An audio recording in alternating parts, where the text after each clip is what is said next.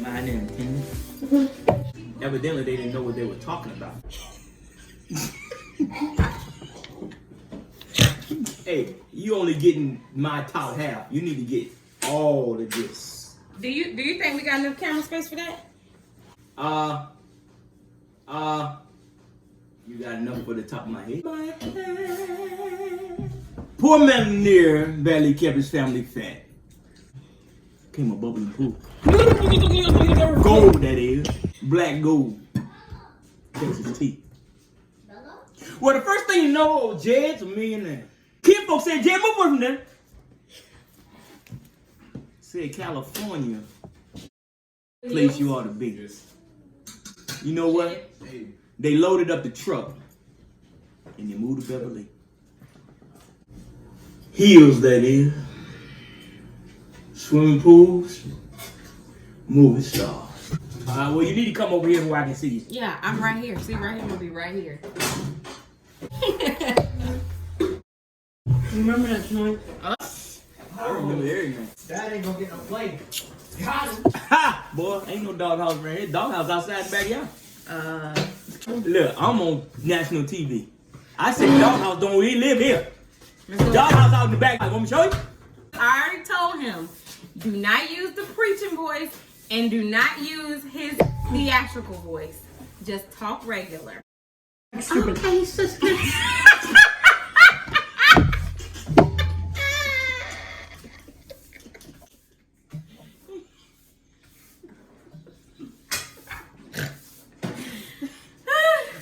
Okay, shall we? So this is the interview with this your girl right Wait, here. hold on, wait a minute. No, I'm the boss of this TV show. First of all, you're not the boss of this TV show. Yeah. Okay. Is that a paparazzi bracelet? Ow, I'm paparazzi. My name is Doris Sneed. I am a paparazzi independent consultant. Fashions for Five Emporium. Everybody has a story as to why they joined paparazzi. I just wanted to make some extra money on the side. I am excited to say that only $5, nickel and lead free, unique, no set is alike. I have over 500 pieces. They do make jewelry for men as well. This is what I do and why I do it, and I love it. If you wish to look me up, go to www.paparazziaccessories.com/330018. Thank you for the opportunity and God bless. You ready to answer some of these questions? Yes, I am. Why are you over here, sweetie?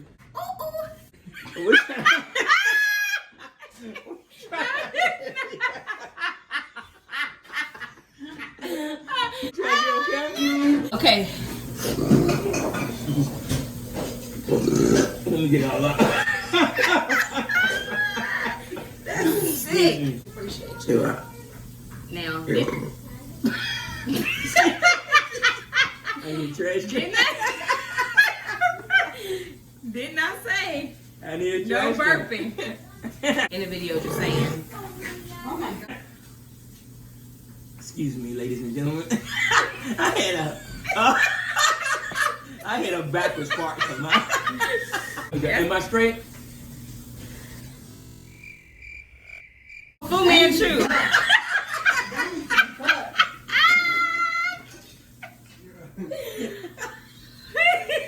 You call Fu Manchu.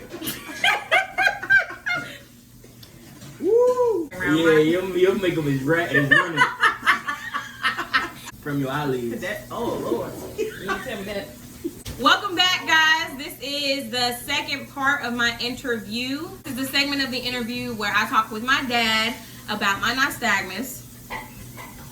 Welcome my dad to the channel. Hey Dad. Hey, how's it going? I'm good. Okay, How are you? Great. Fantastic. Good. Awesome. Hello, everyone. Okay, so y'all might recognize my dad's face from the 2019 Honda commercial. This is the interview that I'm choosing to do with my parent. I've only got one living parent left. My mom passed away when I was 15 years old, so I just want some insight from him on my nystagmus and his take from a parental standpoint on nystagmus and how it may have impacted my life. We're gonna get into an interview. At what point did you and Mom notice something was different about me? Probably around the age of 1. Okay.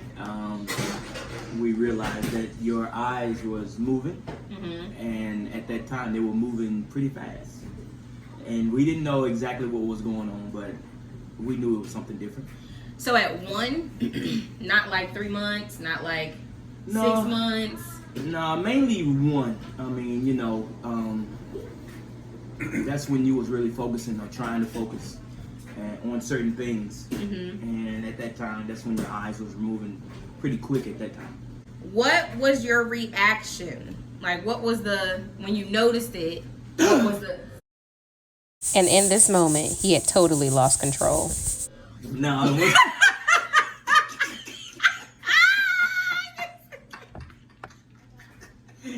It was very shocking. It was very shocking. However, I mean, you know, you was a beautiful little girl, so I mean that. I don't know. It was noticeable, but it wasn't at the time. I mean, I don't know. I don't even know how to explain that, but it was like, wow, something is going on. You know, something's wrong, but we didn't really know exactly what was going on. Did y'all notice anything else that may have been like underdeveloped? It was just the eye movement. I mean, everything else was perfect, fine. I mean, even your eyes, to me, was perfect at the time. I mean, you know, it was noticeable. It was a little concerning, but for the most part, it was like, you know, you were a bouncing baby girl growing like normal. Did I drink formula or was I breastfed? Do you know? We was formula fed. Bring up cans of formula.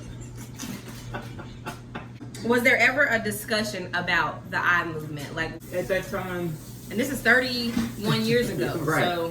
So 30 you know, years ago. I'm 57. So Truth is, he still thinks he's 17. it's hard to remember. And there was some discussion, you know, basically saying that, you know, we probably need to take you to the doctor to find out. I'm not specifically to an eye doctor, Right. but to just a regular family doctor, you know. I can't really remember how old you were when we finally took you on. I do remember them saying that this was a muscle issue that would develop and get better as time went on. And I think that's why we weren't so concerned about going to an eye doctor. Gotcha. Because the doctor said it was something that would your muscles would They would get stronger. Get stronger as time go on. That's interesting. Evidently, they didn't know what they were talking about.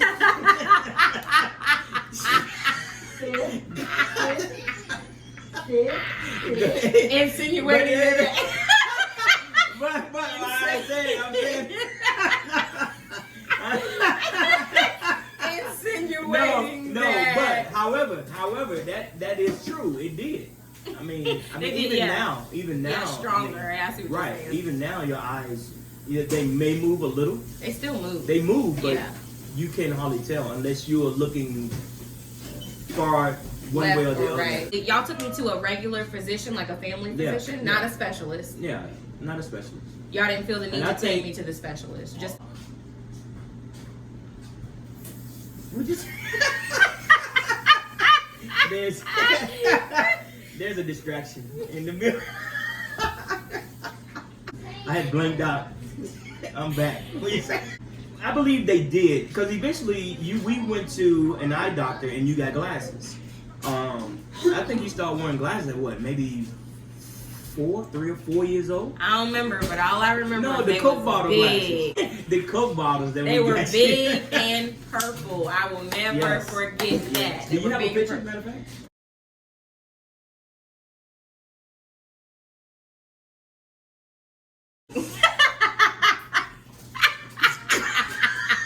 That's it. I'm sorry. What'd you say? At that time, I don't think you really had a vision problem. I think it was more so just because your eyes was moving, they kind of thought you might have had a vision Yeah, problem. I think so. Because in school, like I knew that I couldn't see the board, but we're talking Yes. 15, 20 years ago, all right, where there was either a chalkboard or a regular whiteboard, right. where the teacher used a very thin marker to write. When you're trying to focus in on something that's very thin and very light in color and a bunch of different words, it is very hard to focus on what you're trying to look at. So 15, 20 years ago, it was hard for me to see the board. And I remember having to ask to either move closer towards the front so I could see or walk up to the board. And even that was embarrassing. So as far as my vision was concerned, it wasn't that I couldn't see things, because I could see things. It was just if there was writing on the board, if there was, back then we used overhead projectors. Right. It was hard for me to see. It depends on how far away I was, or it depends on the teacher's writing. I wasn't able to see certain things. So yeah, in school I did have a hard time with my vision, but I also didn't speak up to my parents to tell them either that there was some, and I probably didn't know that there was a problem. I didn't understand as a kid, I didn't recognize as a kid that was a problem. Right. I just knew that I couldn't see something. I didn't recognize that it was a problem. Yeah, because I mean, even for me, if I would have known that, then I think we would have did more about it. But I don't think I ever remember hearing you complain about not being able to see the board. No, I don't think I really realized that it was I don't think I, as a child, realized that it was an issue. I just knew that I couldn't see it. Right. And to me, couldn't nobody do nothing about it. I mean, it wasn't anything anybody could do. That was just it. But So I mean, even let's go back a little bit further, because even when you were coming up in middle school, for getting ready to prepare yourself for driving and different things like that, it was some concern about you not being able to focus on the road. Is that, now, am I imagining this, or is that what a teacher had said to you? Somebody had mentioned this, or was that might have been further down about you growing up? I remember, I think that was my concern, was whether or not I was going to be able to focus on the road. And I don't know what made me feel like that. I think I was already nervous about driving anyway on narrow roads. Is that when we went into a ditch? Yeah, that was when we went into a ditch. Yes, we did. We went into a ditch. First of all, pause the story. I told him already that I was not comfortable driving this big boat of a car. It was a Pontiac SSE Bonneville.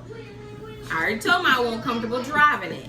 And he suggested that I still get on the road, although I said I was not comfortable. With no license. You need to listen to your children when they say they don't feel comfortable. This is true. Back to the driving portion. So I think I felt a little uncomfortable, but I had confidence to know that I could drive. I just didn't like driving on narrow roads. Right. So yeah, again, once you were driving, that was no problem. I mean, yeah, I didn't see a problem. I mean, and you weren't wearing glasses at that time, I don't believe. No, but I was supposed to. On my driver's license, it did say I needed to operate a vehicle with glasses. With glasses. But neither here nor there. Okay. But as you see now, she does not have glasses on. Because she does not need to wear glasses. I don't need to wear my glasses. The only time I need to wear my glasses is when I'm driving. That's it. I don't need to wear my glasses all the time like I was told when I was younger. My parents used to make me eat, and I said this in another interview, they used to make me eat nasty beets and carrots. They were delicious. They were disgusting because they were going to help my eyes, and I don't know if that was true or not. She was a rabbit. Rabbits like she needed her vision. Like, did y'all feel like, oh man, we gotta tell the family? What did we do? Well, I mean, it was already automatically known within the family that your eyes move like that.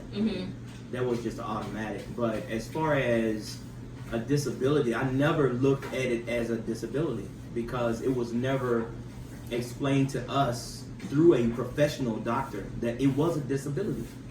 So in my eyesight, it wasn't a disability, and in my eyesight, this was something that was going to eventually go away. So didn't know how long, didn't know, how, But you know, with prayer, of course, and faith, we felt like that it was gonna go away. You know, so going to different schools, we never said that you had a disability with your eyesight. We just went on, and you went through school every year. You know, not as if you didn't have a disability, which I still feel like you don't. Now we did eventually find out the name of it. You told me what it was. 20 years later. 20 years later, because we still did not know, and even at that, I still don't believe that it is now. And I do know it is now, but I didn't believe until she told me that that this was a disability.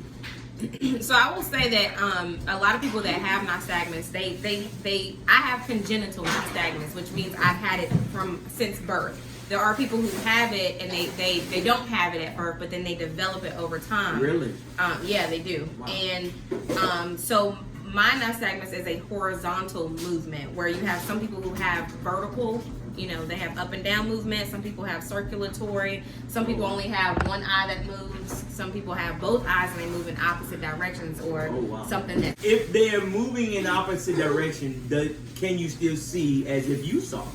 I can't speak for other people. Have anybody ever talked to you about that? I can't speak for other people who have nystagmus. I just know for me personally, the only time I see something moving is if it's horizontal. If I am looking at like blinds, like horizontal blinds. Mm-hmm. If they are shut and I'm staring at those blinds, or even if they're open and I'm staring, after a while they will start moving. I will start to see them move. Left to right? Yeah.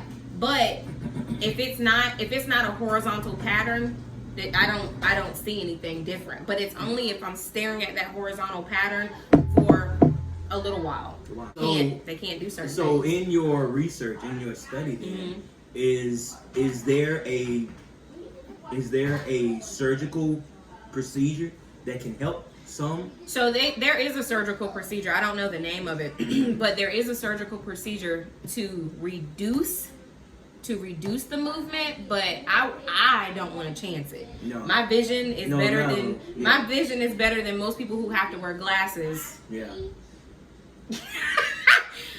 On a daily basis, or just to read. So I don't want to chance the vision that I do have by having surgery to possibly reduce something when it's already, from what y'all tell me, has slowed down significantly. I don't want to mess something. Was my nystagmus something that you guys felt ashamed of? So no, we weren't ashamed at all. I mean, I was just hoping that, you know, in school coming up, you know, you got some really ugly children that acts up. Yeah, you got some ugly children that act up and want to make sure that you feel bad, you know. Especially if they see something different in you that they don't have. That was my only concern, was the fact that somebody mistreating you, you know, because of your eye movement. And so, you know, I was prepared to go to school and do whatever I did and do whatever I needed to do in order to shut it down. And absolutely. As a matter of fact, you know, I wish I would have thought somebody would say something to me about my daughter and her eyes moving. It would have been a different story. But no, we wasn't ashamed at all. How about for you? The person that has nystagmus. Let's ask that question. Yeah. Did I feel ashamed? I think, first of all, I didn't realize I even had anything different until a kid mentioned it to me, and I was in 3rd grade when that happened. And they just were like, "Oh, your eyes move. That's strange." And I just was like, "What?" I didn't, you know, what are you talking about? So, is that when you was wearing glasses then? Probably. I don't remember. But I was in 3rd grade, and I remember the kid saying something, and you know, probably just out of curiosity or whatever. And I tried to go home, and I remember looking in the mirror, and I couldn't see it. So it was like, I didn't get it. I didn't understand. But clearly they saw something that made them curious, which made all the other kids curious. So then it made me feel insecure because I couldn't see what they were talking about, and if everybody else can see it and I couldn't, You know, it just was like, well, what are y'all staring at? Like, what is it? So, yeah, I mean, growing up, nystagmus, I wouldn't say that people picked on me because that's not true. Right. But it did make me feel insecure. When they mentioned it? Well, just in class. Like, you know, I could be in class, and I remember the older I got, the more I wanted to sit in the back. Because if I could sit in the back, I knew that there was nobody on the sides of me to kind of look at me while I'm trying to do my work. And I remember I actually, in 10th grade, I failed a class because I was so worried and so concerned about what other people had to say about it. Although nobody was ever saying anything, right. I just felt like people were paying attention or they were talking about it. And so it made me insecure in that area. And I mean, I failed that class because of that. Wow. So that's, you know, when children have nystagmus, they deal with the social aspect of being accepted or people watching their eyes move. Because it's almost like you're an exhibit in a museum. Like, it almost feels like, you know, like people want to just watch. Like, what? Yeah, like, you know, happening? like, what is that? What's going on right there? Do you do any more tricks? Like, that's what it feels like. It feels like, you know, that you're being examined. Like, oh, wow. You know, how do you do that? But yeah, in 10th grade, the older I got, the harder it was for me to just accept who I was without feeling like, I don't know, like it was a problem, like it was an issue. And even as an adult now, I got two choices when I meet new people. Two choices. I can either go ahead and tell them about the nystagmus, or I can let it be a surprise. This is what happens when it's a surprise. If I don't say anything, you can tell, like, people, like, you can tell, like, they're trying to figure, you can tell they're trying to figure what's happening. Or I can just be like, hey, listen, okay, this is what's going on, so don't freak out. You know, it really is. So for most people, you can go into conversation and you don't worry about anything like that. You just talk. You know, you just make eye contact and talk. But for people with nystagmus, it is hard to make eye contact because you already are dreading the two choices. When you meet people, it's not really that noticeable, although. Yeah, but I mean, to us, it is, because we already know that's going to be, when you talk to a person, you want to make direct eye contact. Yeah. And for us, what happens is we try to make direct eye contact, but see, you're going to try to watch my eyes. Do you see what I mean? Mm-hmm. So then we watching you watch our eyes, and it's like, they're not paying attention to what I'm saying. So it's like, let me just go and brief you so you can focus on what I'm saying. Right. Because I'm not an exhibit. I got something I want to say to you, you know, but if you don't tell them, you don't tell the person, it just is like, all right, now what was you talking about? What were you saying? I'm not paying attention to what you're talking about right now, because your eyes is communicating something different. And I don't know if you're trying to tell me I need something behind me, so I need to run. Like, what's going on here? When you didn't try to explain that, how did you feel, though, when you had to talk in front of people? Because eventually you had to learn. Yes. Eventually you had to learn that, hey, I need to let them know what's going on. Yeah, and that's how, right. So in elementary school, it just was what it was. Middle school, I was more aware, but it didn't, let me think. 8th grade was the first time I had to do a presentation in front of my class, and I wanted to just die. That was very, like, they gonna find out. I might have been able to hide it all this time by not making direct eye contact. Know now. But everybody gonna know now.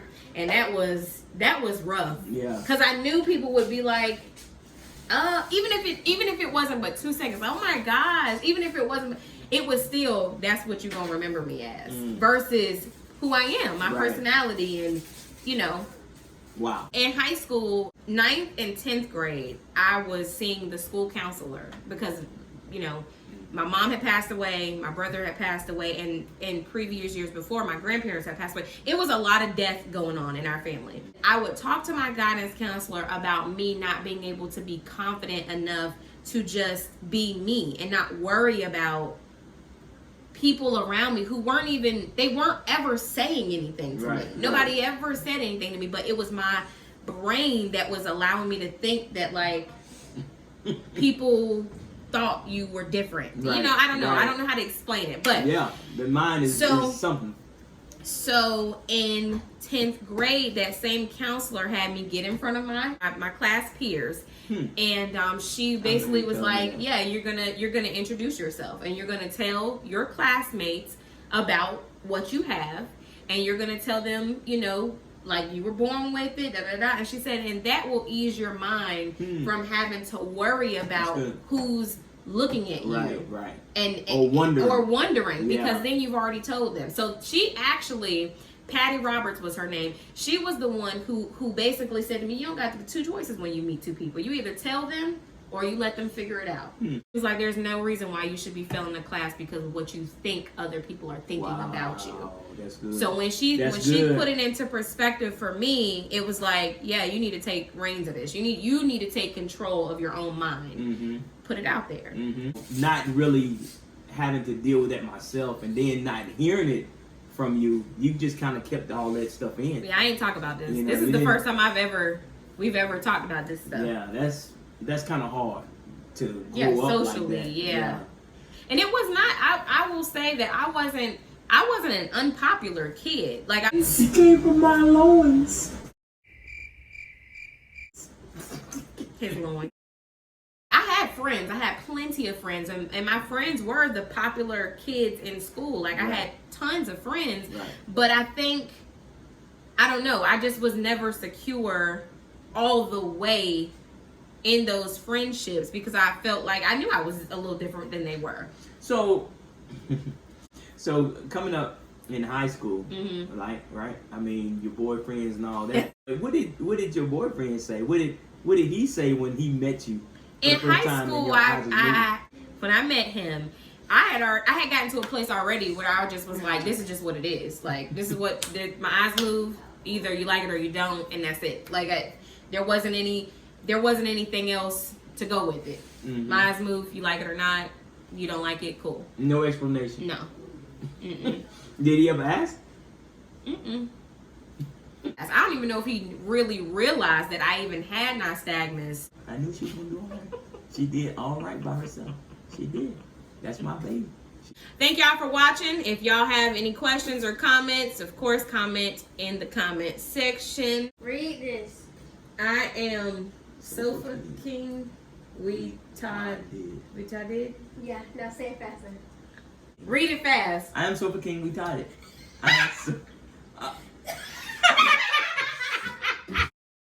Y'all check out the commercial. They were both in the 2019 Honda commercial. And Dad, thanks for doing the interview. Thank you so much it. for interviewing your dad. I appreciate that. Yeah, we out. See y'all. Peace out. out.